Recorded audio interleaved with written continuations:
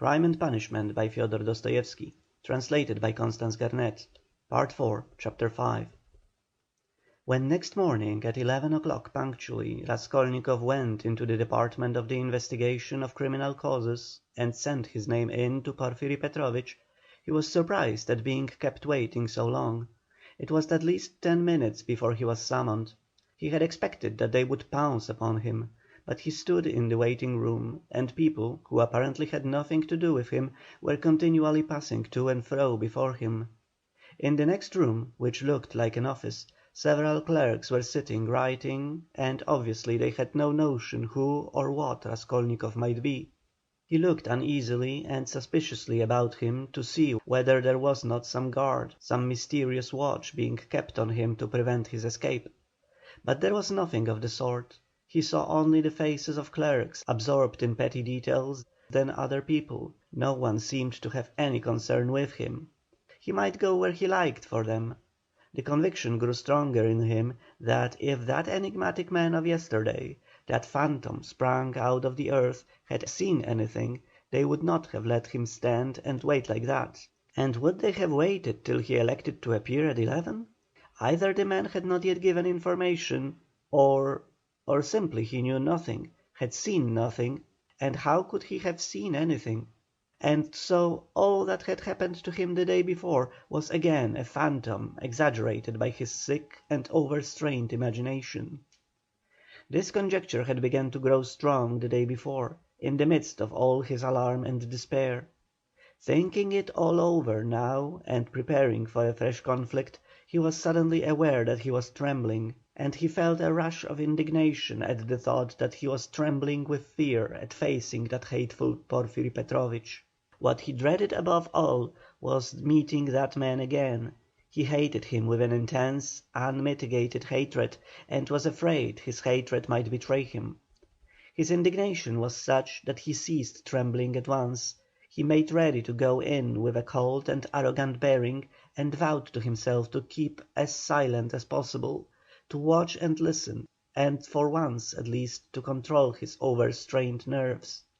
At that moment he was summoned to Porfiry Petrovich. He found Porfiry Petrovich alone in his study. His study was a room neither large nor small, furnished with a large writing table that stood before a sofa, upholstered in checked material, a bureau, a bookcase in the corner, and several chairs, all government furniture of polished yellow wood. In the further wall there was a closed door, beyond it there were no doubt other rooms. On Raskolnikov's entrance, Porfiry Petrovich had at once closed the door by which he had come in, and they remained alone. He met his visitor with an apparently genial and good-tempered air, and it was only after a few minutes that Raskolnikov saw signs of a certain awkwardness in him, as though he had been thrown out of his reckoning or caught in something very secret. "Ah, my dear fellow, here you are in our domain," began Porfiry, holding out both hands to him. "Come, sit down, old man. Or perhaps you don't like to be called my dear fellow and old man, tout court. Please don't think it too familiar. Here, on the sofa." Raskolnikov sat down, keeping his eyes fixed on him. In our domain, the apologies for familiarity, the French phrase tout court, were all characteristic signs. He held out both hands to me, but he did not give me one. He drew it back in time. Struck him suspiciously. Both were watching each other, but when their eyes met, quick as lightning, they looked away. I brought you this paper about the watch. Here it is. Is it all right, or shall I copy it again? "What? A paper? Yes, yes, don't be uneasy, it's all right." Porfiry Petrovich said as though in haste, and after he had said it, he took the paper and looked at it. "Yes, it's all right. Nothing more is needed," he declared with the same rapidity, and he laid the paper on the table. A minute later, when he was talking of something else, he took it from the table and put it on his bureau. I believe you said yesterday you would like to question me, formally, about my acquaintance with the murdered woman. Raskolnikov was beginning again. Why did I put in "I believe"? Passed through his mind in a flash. Why am I so uneasy at having put in that "I believe"? come in a second flash, and he suddenly felt that his uneasiness at the mere contact with Porfiry, at the first words, at the first looks, had grown in an instant to monstrous proportions, and that this was fearfully dangerous. His nerves were quivering, his emotion was increasing. It's bad, it's bad. I shall say too much again. Yes, yes, yes. There is no hurry, there is no hurry. Muttered Porfiry Petrovich, moving to and fro about the table without any apparent aim, as it were making dashes towards the window, the bureau, and the table, at one moment avoiding Raskolnikov's suspicious glance, then again standing still and looking him straight in the face. His fat, round little figure looked very strange, like a ball rolling from one side to the other and rebounding back. We've plenty of time. Do you smoke? Have you your own? Here, a cigarette. He went on, offering his visitor a cigarette. You know I'm receiving you here, but my own quarters are through there, you know, my government quarters. But I'm leaving outside for the time. I had to have some repairs done here. It's almost finished now. Government quarters, you know, are a capital thing, eh? What do you think? Yes, a capital thing. Answered Raskolnikov, looking at him almost ironically. A capital thing, a capital thing. Repeated Porfiry Petrovich, as though he had just thought of something quite different. Yes, a capital thing. He almost shouted at last, suddenly staring at Raskolnikov and stopping short 2 steps from him. This stupid repetition was too incongruous in its ineptitude with the serious, brooding, and enigmatic glance he turned upon his visitor. But this stirred Raskolnikov's spleen more than ever, and he could not resist an ironical and rather incautious challenge. Tell me, please. He asked suddenly, looking almost insolently at him, and taking a kind of pleasure in his own insolence.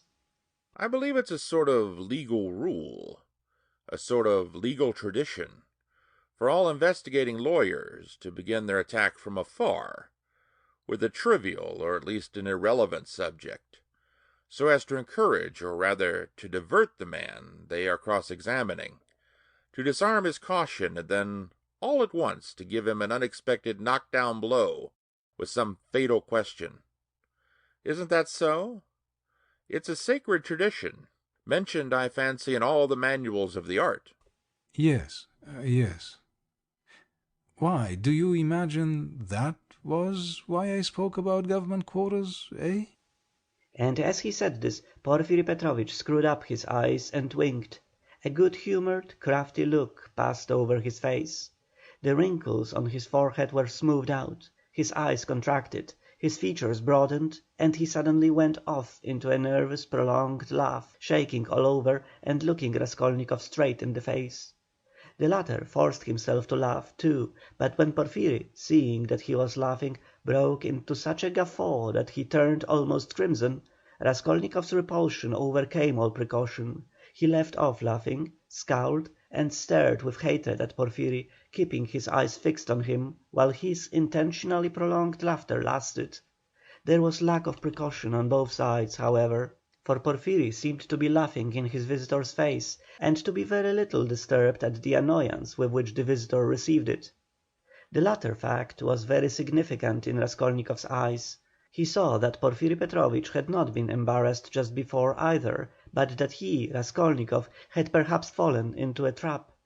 That there must be something, some motive here unknown to him, that perhaps everything was in readiness and in another moment would break upon him. He went straight to the point at once, rose from his seat and took his cap. Porfiry Petrovich, He began resolutely, though with considerable irritation. Yesterday you expressed a desire that I should come to you for some inquiries. He laid special stress on the word inquiries. I have come, and if you have anything to ask me, ask it, and if not, allow me to withdraw. I have no time to spare.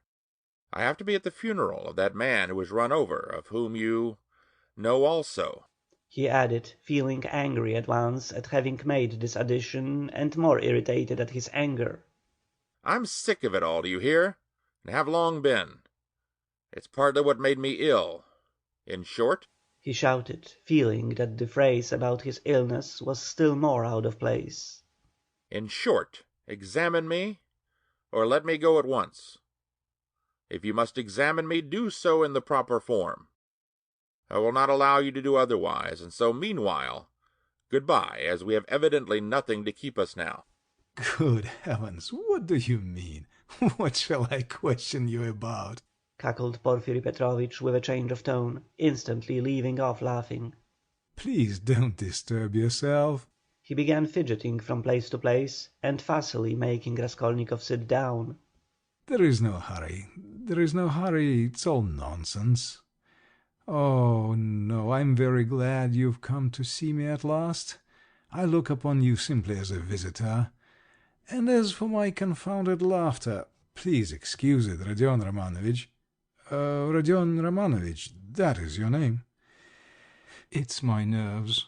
You tickled me so with your witty observation. I assure you sometimes I shake with laughter like an India rubber ball for half an hour at a time. I'm often afraid of an attack of paralysis. Do sit down. Please do, or I shall think you are angry. Raskolnikov did not speak. He listened, watching him, still frowning angrily. He did sit down, but still held his cap. I must tell you one thing about myself, my dear Rodion Romanovich. Porfiry Petrovich continued, moving about the room, and again avoiding his visitor's eyes. You see, I am a bachelor, a man of no consequence, and not used to society. Besides, I have nothing before me. I'm set, I'm running to seed, and have you noticed, Rodion Romanovich, that in our Petersburg circles, if two clever men meet who are not intimate, but respect each other like you and me, it takes them half an hour before they can find a subject for conversation. They are dumb, they sit opposite each other and feel awkward. Everyone has subjects of conversation. Ladies, for instance. People in high society always have their subject of conversation. C'est de rigueur. But people of the middle sort like us, thinking people that is, are always tongue-tied and awkward. What is the reason of it? Whether it is the lack of public interest, or whether it is we are so honest we don't want to deceive one another, I don't know. What do you think? Do put down your cap. It looks as if you were just going. It makes me uncomfortable. I'm so delighted. Raskolnikov put down his cap and continued listening in silence with a serious frowning face to a vague and empty chatter of Porfiry Petrovich. Does he really want to distract my attention with his silly babble? I can't offer you coffee here, but why not spend 5 minutes with a friend? Porfiry pattered on. And you know all these official duties? Please don't mind my running up and down. Excuse it, my dear fellow, I'm very much afraid of offending you, but exercise is absolutely indispensable for me. I'm always sitting and so glad to be moving about for 5 minutes. I suffer from my sedentary life. I always intend to join a gymnasium. They say that officials of all ranks, even privy councillors, may be seen skipping gaily there. There you have it, modern science. Yes, yes. But as for my duties here, inquiries and all such formalities, you mentioned inquiries yourself just now. I assure you these interrogations are sometimes more embarrassing for the interrogator than for the interrogated. You made the observation yourself just now very aptly and wittily. Raskolnikov had made no observation of the kind. One gets into a muddle, a regular muddle. One keeps harping on the same note like a drum. There is to be a reform, and we shall be called by a different name at least. And as for our legal tradition, as you so wittily called it, I thoroughly agree with you. Every prisoner on trial, even the rudest peasant, knows that they begin by disarming him with irrelevant questions, as you so happily put it, and then deal him a knockdown blow. Your felicitous comparison. So you really imagined that I meant by government quarters. You are an ironical person. Come, I won't go on. Ah, by the way, yes, one word leads to another. You spoke of formality just now, apropos of the inquiry, you know. But what's the use of formality? In many cases it's nonsense. Sometimes one has a friendly chat and gets a good deal more out of it. One can always fall back on formality, allow me to assure you. And after all, what does it amount to? An examining lawyer cannot be bounded by formality at every step. The work of investigation is, so to speak, a free art in its own way. Porfiry Petrovich took breath a moment. He had simply babbled on, uttering empty phrases, letting slip a few enigmatic words, and again reverting to incoherence. He was almost running about the room, moving his fat little legs quicker and quicker, looking at the ground, with his right hand behind his back, while with his left making gesticulations that were extraordinarily incongruous with his words. Raskolnikov suddenly noticed that as he ran about the room he seemed twice to stop for a moment near the door, as though he were listening. Is he expecting anything? You are certainly quite right about it. Porfiry began gaily, looking with extraordinary simplicity at Raskolnikov, which startled him and instantly put him on his guard. Certainly quite right in laughing so wittily at our legal forms. Some of these elaborate psychological methods are exceedingly ridiculous, and perhaps useless if one adheres too closely to the forms. Yes, I am talking of forms again. Well, if I recognize, or more strictly speaking, if I suspect someone or other to be a criminal in any case entrusted to me. You're reading for the law, of course, Rodion Romanovich? Yes, I was. Well, then it is a precedent for you for the future, though don't suppose I should venture to instruct you after the articles you publish about crime. No, I simply make bold to state it by way of fact. If I took this man or that for a criminal, why, I ask, should I worry him prematurely, even though I had evidence against him? In one case I may be bound, for instance, to arrest a man at once, but another may be in quite a different position, you know, so why shouldn't I let him walk about the town a bit? But I see you don't quite understand, so I'll give you a clearer example. If I put him in prison too soon, I may very likely give him, so to speak, moral support. You're laughing? Raskolnikov had no idea of laughing. He was sitting with compressed lips, his feverish eyes fixed on Porfiry Petrovich's. Yet that is the case with some types especially, for men are so different. You say evidence. Well, there may be evidence, but evidence, you know, can generally be taken two ways. I'm an examining lawyer and a weak man, I confess it. I should like to make a proof, so to say, mathematically clear. I should like to make a chain of evidence, such as twice two are four. It ought to be a direct, irrefutable proof. And if I shut him up too soon, even though I might be convinced he was the man, I should very likely be depriving myself of the means of getting further evidence against him. And how? By giving him, so to speak, a definite position, I shall put him out of suspense and set his mind at rest, so that he will retreat into his shell. They say that at Sevastopol, soon after Alma, the clever people were in a terrible fright that the enemy would attack openly and take Sevastopol at once. But when they saw that the enemy preferred a regular siege, they were delighted, I'm told and reassured, for the thing would drag on for 2 months at least. You're laughing. You don't believe me again. Of course, you're right too. You're right. You're right. These are special cases, I admit. But you must observe this, my dear Rodion Romanovich, the general case, the case for which all legal forms and rules are intended, for which they are calculated and laid down in books, does not exist at all.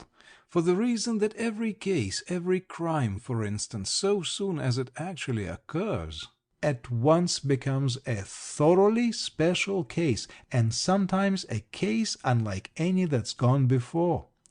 Very comic cases of that sort sometimes occur.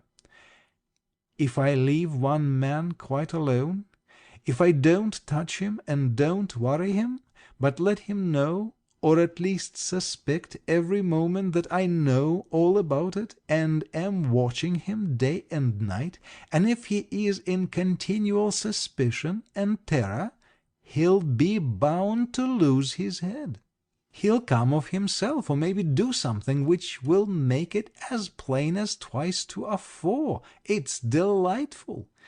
It may be so with a simple peasant. But with one of our sort, an intelligent man cultivated on a certain side, it's a dead certainty.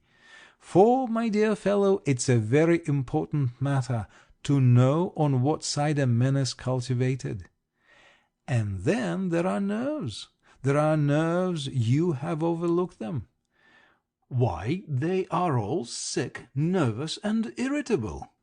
And then how they all suffer from spleen. That, I assure you, is a regular gold mine for us. And it's no anxiety to me. He's running about the town free. Let him. Let him walk about for a bit. I know well enough that I've caught him and that he won't escape me. Where could he escape to? Abroad, perhaps? A Pole will escape abroad, but not here, especially as I am watching and have taken measures. Will he escape into the depth of the country, perhaps? But you know, peasants live there, real rude Russian peasants. A modern, cultivated man would prefer prison to living with such strangers as our peasants. But that's all nonsense and on the surface. It's not merely that he has nowhere to run to. He is psychologically unable to escape me. What an expression! Through a law of nature he can't escape me if he had anywhere to go. Have you seen a butterfly round a candle? That's how he will keep circling and circling round me. Freedom will lose its attractions. He'll begin to brood. He'll weave a tangle round himself. He'll worry himself to death. What's more, he will provide me with a mathematical proof, if I only give him long enough interval. And he'll keep circling round me, getting nearer and nearer, and then flop! He'll fly straight into my mouth, and I'll swallow him, and that will be very amusing. You don't believe me? Raskolnikov made no reply. He sat pale and motionless, still gazing with the same intensity into Porfiry's face. It's a lesson, he thought, turning cold. This is beyond the cat playing with the mouse like yesterday. He can't be showing off his power with no motive. Prompting me. He is far too clever for that. He must have another object. What is it? It's all nonsense, my friend. You are pretending to scare me. You have no proofs, and the man I saw had no real existence. You simply want to make me lose my head, to work me up beforehand and so to crush me. But you are wrong. You won't do it. But why give me such a hint? Is he reckoning on my shattered nerves? No, my friend, you are wrong. You won't do it even though you have some trap for me. Let us see what you have in store for me. And he braced himself to face a terrible and unknown ordeal. At times he longed to fall on Porfiry and strangle him. This anger was what he dreaded from the beginning. He felt that his parched lips were flecked from foam, his heart was throbbing.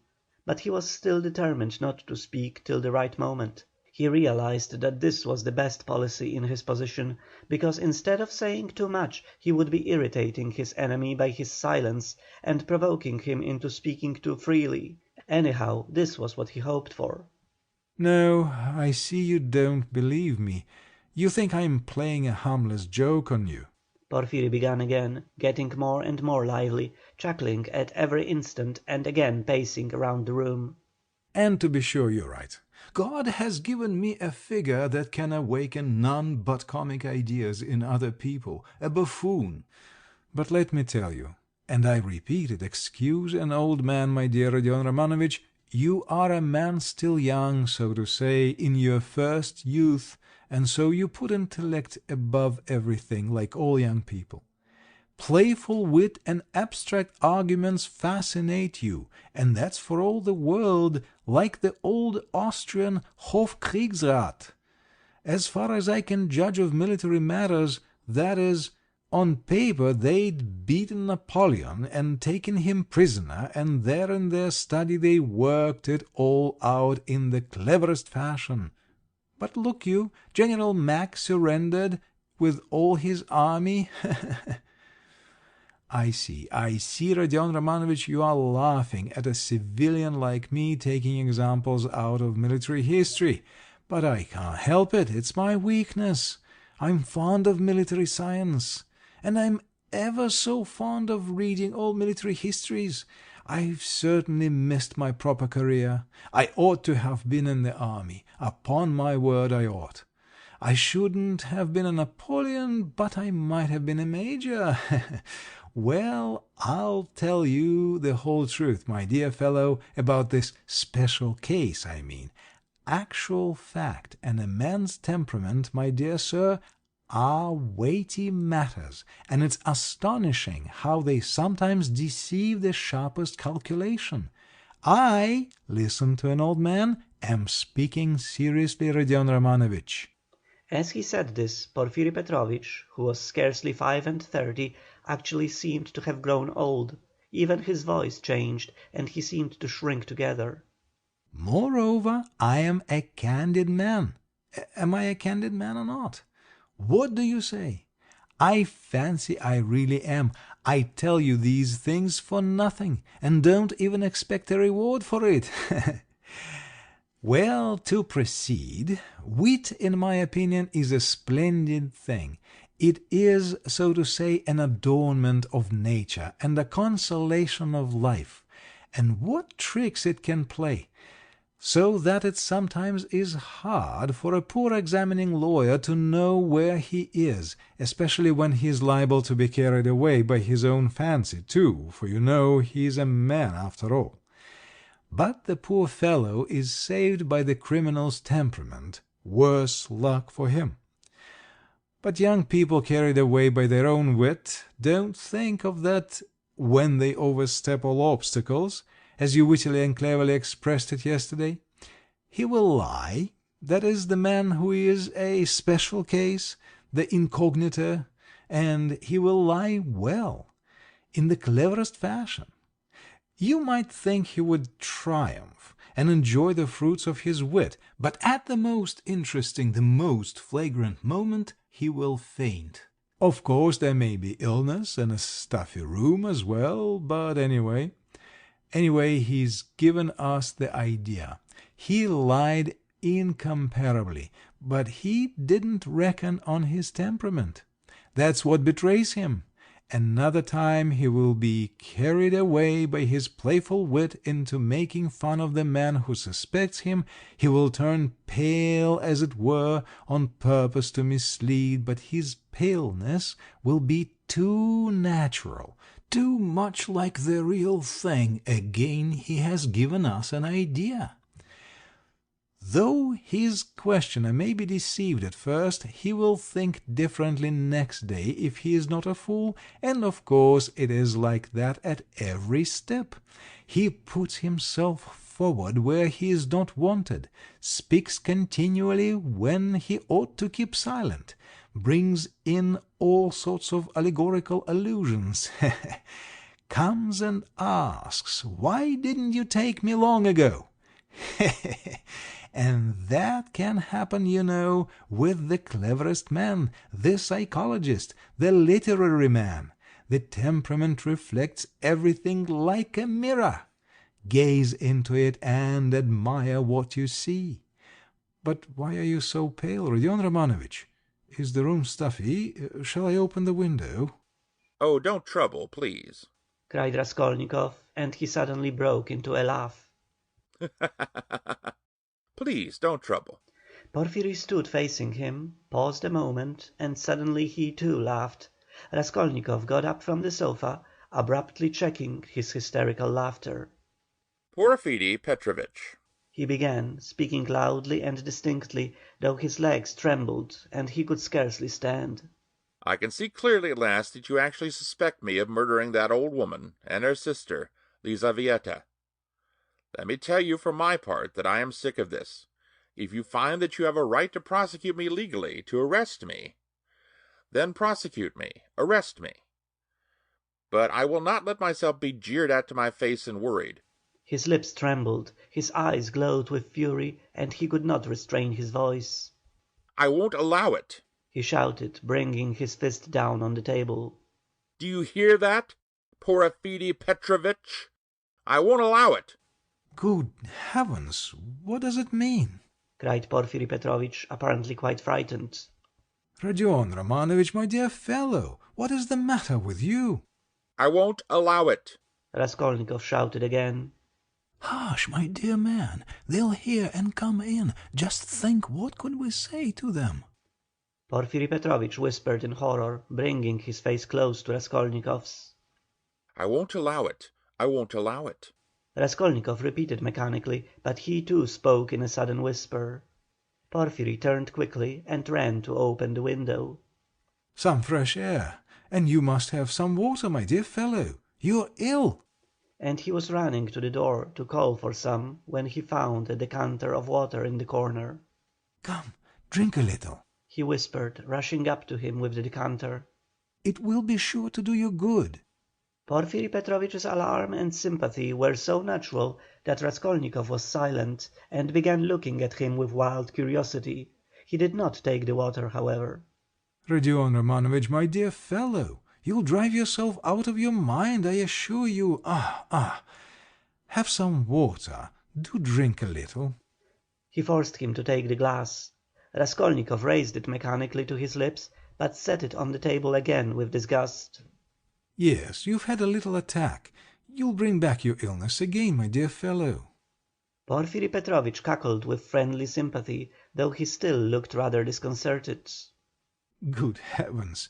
You must take more care of yourself. Dmitri Prokofitch was here, came to see me yesterday. I know, I've a nasty, ironical temper, but what they made of it! Good heavens, he came yesterday after you'd been.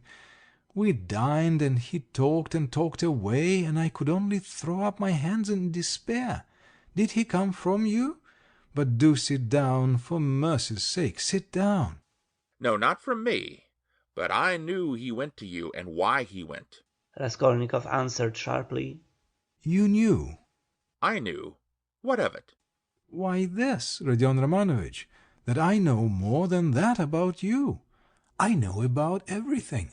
I know how you went to take a flat at night when it was dark, and how you rang the bell and asked about the blood, so that the workman and the porter did not know what to make of it. Yes, I understand your state of mind at that time, but you'll drive yourself mad like that, upon my word. You'll lose your head. You're full of generous indignation at the wrongs you've received, first from destiny and then from the police officers, and so you rush from one thing to another to force them to speak out and make an end of it all, because you are sick of all this suspicion and foolishness. That's so, isn't it? I have guessed how you feel, haven't I? Only in that way you'll lose your head, and Razumihin's too. He's too good a man for such a position, you must know that. You are ill, and he is good, and your illness is infectious for him. I'll tell you about it when you are more yourself, but do sit down, for goodness' sake. Please rest. You look shocking. Do sit down. Raskolnikov sat down. He no longer shivered. He was hot all over. In amazement he listened with strained attention to Porfiry Petrovitch, who still seemed frightened, as he looked after him with friendly solicitude. But he did not believe a word he said, though he felt a strange inclination to believe. Porfiry's unexpected words about the flat had utterly overwhelmed him. "How can it be? He knows about the flat, then?" he thought suddenly. And he tells it me himself. Yes, in our legal practice there was a case almost exactly similar, a case of morbid psychology. Porfiry went on quickly. A man confessed to murder, and how he kept it up. It was a regular hallucination. He brought forward facts. He imposed upon everyone, and why? He had been partly, but only partly, unintentionally the cause of a murder, and when he knew that he had given the murderers the opportunity, he sank into dejection. It got on his mind and turned his brain. He began imagining things, and he persuaded himself that he was the murderer. But at last the High Court of Appeal went into it, and the poor fellow was acquitted and put under proper care. Thanks to the Court of Appeal. Why, my dear fellow, you may drive yourself into delirium if you have the impulse to work upon your nerves, to go ringing bells at night and asking about blood. I've studied all this morbid psychology in my practice. A man is sometimes tempted to jump out of a window or from a belfry. Just the same with bell ringing. It's all illness, Rodion Romanovitch. You have begun to neglect your illness. You should consult an experienced doctor. What's the good of that fat fellow? You are light-headed. You were delirious when you did all this. For a moment Raskolnikov felt everything going round. Is it possible? Is it possible? Flashed through his mind. That he is still lying? He can't be. He can't be.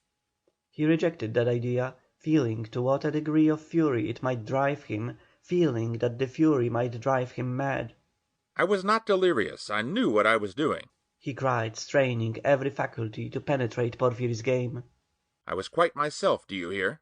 Yes, I hear and understand. You said yesterday you were not delirious, you were particularly emphatic about it. I understand all you can tell me.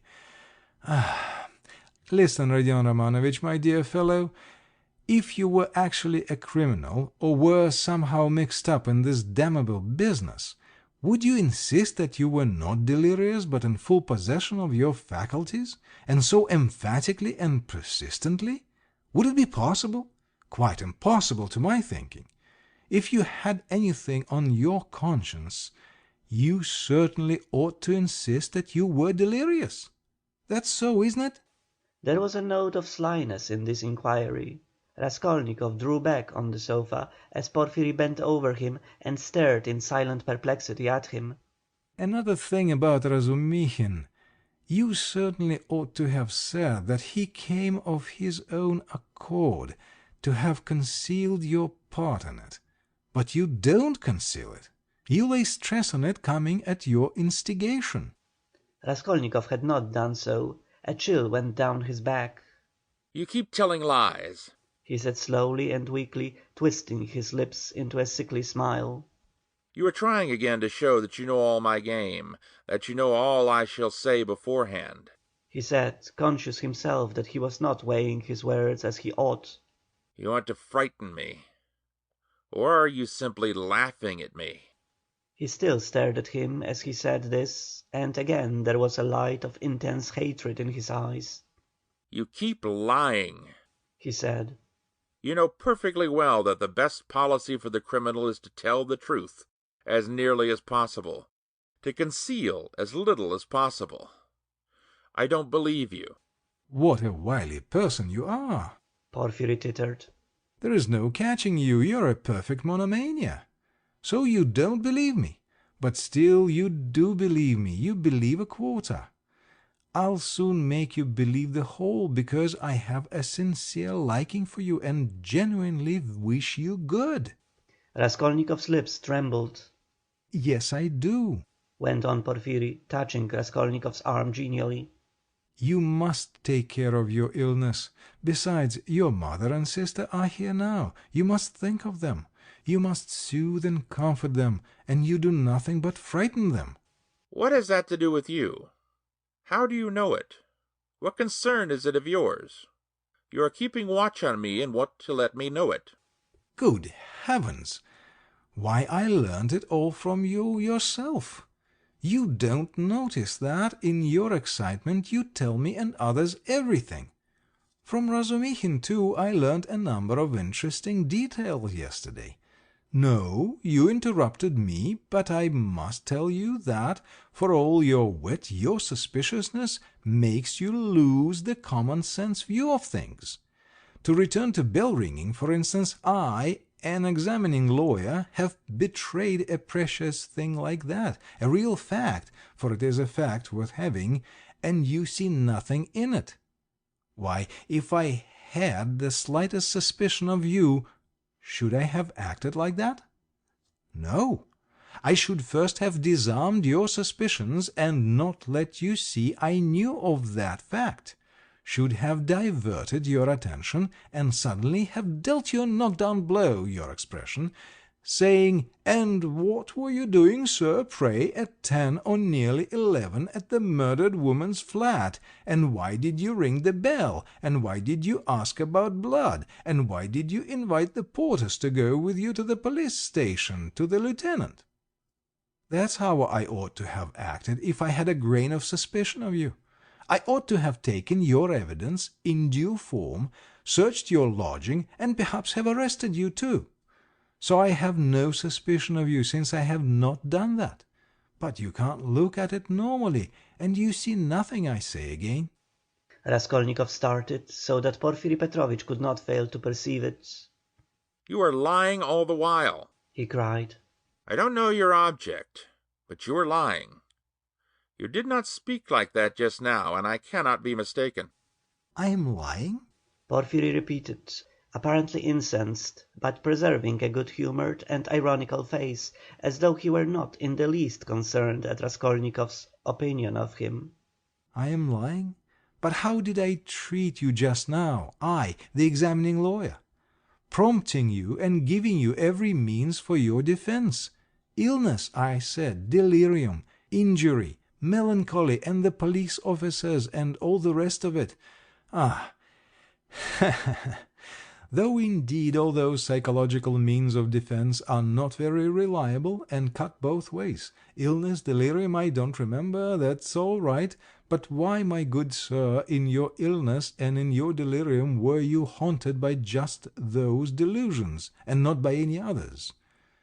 There may have been others, eh? Raskolnikov looked haughtily and contemptuously at him. Briefly, he said loudly and imperiously, rising to his feet, and in so doing pushing Porfiry back a little. Briefly, I want to know, do you acknowledge me perfectly free from suspicion or not? Tell me, Porfiry Petrovitch, tell me once for all and make haste. What a business I'm having with you, cried Porfiry with a perfectly good-humoured, sly and composed face. And why do you want to know? Why do you want to know so much, since they haven't begun to worry you? Why, you are like a child asking for matches. And why are you so uneasy? Why do you force yourself upon us, eh? I repeat, Raskolnikov cried furiously, that I can't put up with it. With what? Uncertainty? Interrupted Porfiry. Don't jeer at me. I won't have it. I tell you I won't have it. I can't and I won't. Do you hear? Do you hear? He shouted, bringing his fist down on the table again. Hush, hush, they'll overhear. I warn you seriously. Take care of yourself. I'm not joking. Porfiry whispered, but this time there was not the look of old womanish good nature and alarm in his face. Now he was peremptory, stern, frowning, and for once laying aside all mystification. But this was only for an instant. Raskolnikov, bewildered, suddenly fell into actual frenzy, but, strange to say, he again obeyed the command to speak quietly, though he was in a perfect paroxysm of fury. I will not allow myself to be tortured, he whispered, instantly recognizing with hatred that he could not help obeying the command, and driven to even greater fury by the thought. Arrest me, search me, but kindly act in due form and don't play with me. Don't dare. Don't worry about the form, Porfiry interrupted with the same sly smile, as it were gloating with enjoyment over Raskolnikov. I invited you to see me quite in a friendly way. I don't want your friendship, and I spit on it, do you hear? And here, I take my cap and go. What will you say now if you mean to arrest me?" He took up his cap and went to the door. And won't you see my little surprise? Chuckled Porfiry, again taking him by the arm and stopping him at the door. He seemed to become more playful and good-humoured, which maddened Raskolnikov. "What surprise?" he asked, standing still and looking at Porfiry in alarm. My little surprise. It's sitting there behind the door. He pointed to the locked door. I locked him in that he should not escape. "What is it? Where? What?" Raskolnikov walked to the door and would have opened it, but it was locked. It's locked. Here is the key. And he brought a key out of his pocket. "You are lying!" roared Raskolnikov without restraint. "You lie, you damn Punchinello!"